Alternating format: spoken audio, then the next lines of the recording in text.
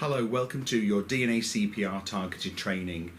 My name is Anthony Freestone. I'm the Head of Resuscitation for Blackpool Teaching Hospitals, and I'm going to be the narrator of this presentation.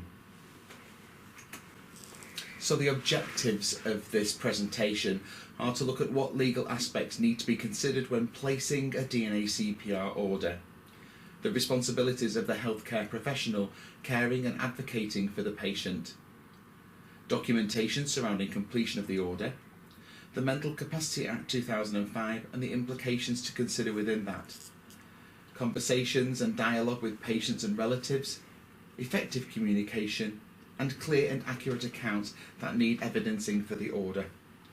The DNACPR and the law. Do we need to make those decisions for all the patients? Whose decision is it? And what is the legal position regarding DNACPR decisions? So DNACPR, is it my business? Well, if you're directly involved in the patient's care, yes, it is your business. You have an absolute priority to make sure that the patient who has a DNACPR order fully understands the reasons for that DNACPR order. If they don't, then you might need to involve several different healthcare professionals or the medical staff to engage with that patient appropriately to support them through their journey within the organisation. Consider past medical history and comorbidities. The senior doctor makes the ultimate decision in secondary care. However, in primary care it's slightly different, and we are introducing more staff to deliver these orders. But you are allowed to suggest as a resuscitation status review at any time for the patient on your ward. DNACPR is a clinical decision. It is a consultant in charge of the patient's care. However, as I said, community matrons are currently trialling this process with a view to empowering DNACPR in the community in conjunction with the Trinity Hospice. Patients do have a right to refuse treatment but cannot demand them, and clinicians cannot be forced to perform what they believe to be inappropriate procedures. Clinical staff have a legal duty to involve patients and relatives in decision making unless it is likely to cause physical or psychological harm to the patient. And patients also have a right to a second opinion. And that second opinion can be a multidisciplinary team.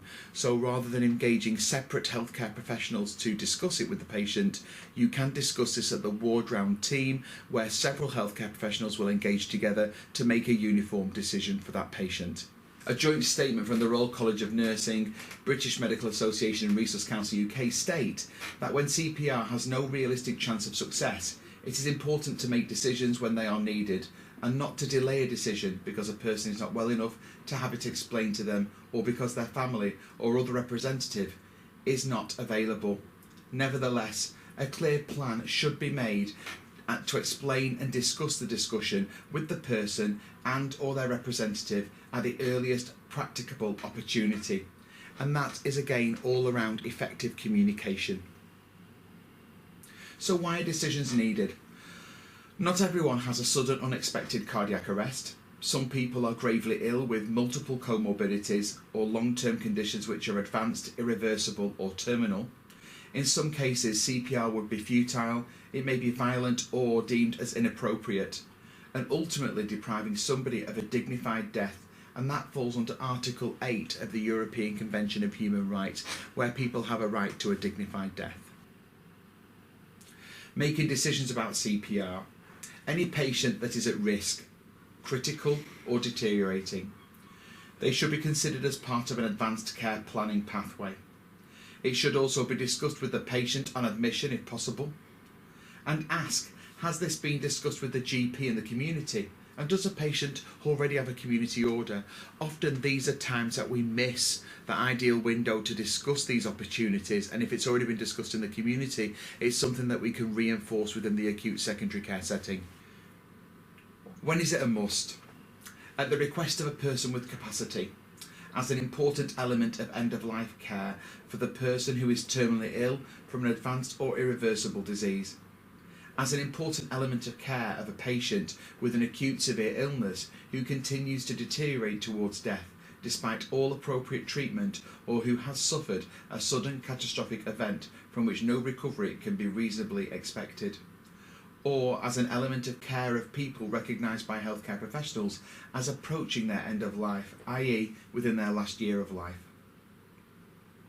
Healthcare professionals must follow good decision-making processes that complies with all relevant legislation, including laws relating to capacity, discrimination and human rights. Have sound reasons for the consideration of a DNACPR order. It is expected that the patient would have the decision and reasons for it explained to them under Article 8 of the European Convention of Human Rights, and that's the law that states that patients have the right to know what treatments are being offered to them or given. Patients and those close to them cannot demand treatment that is clinically inappropriate, and it also must be in the patient's best interest. Recording decisions about CPR. All considerations, discussions and decisions about CPR must be recorded fully and clearly, together with the details of the reasons for any decision. The VS932 DNACPR order must be completed fully, and professionals are engaged in the care must be informed. And this is where I want to put across about communication, which is an absolute key here. Healthcare professionals who place DNACPR orders on patients must discuss this with the ward staff so that everybody is fully informed who is appropriately involved in that patient's care pathway. Therefore, you can then inform your working department and staff, and they can then make sure that no inappropriate 222 calls are placed to the wider teams, pulling on resources and possibly impacting on a patient's journey and healthcare outcome.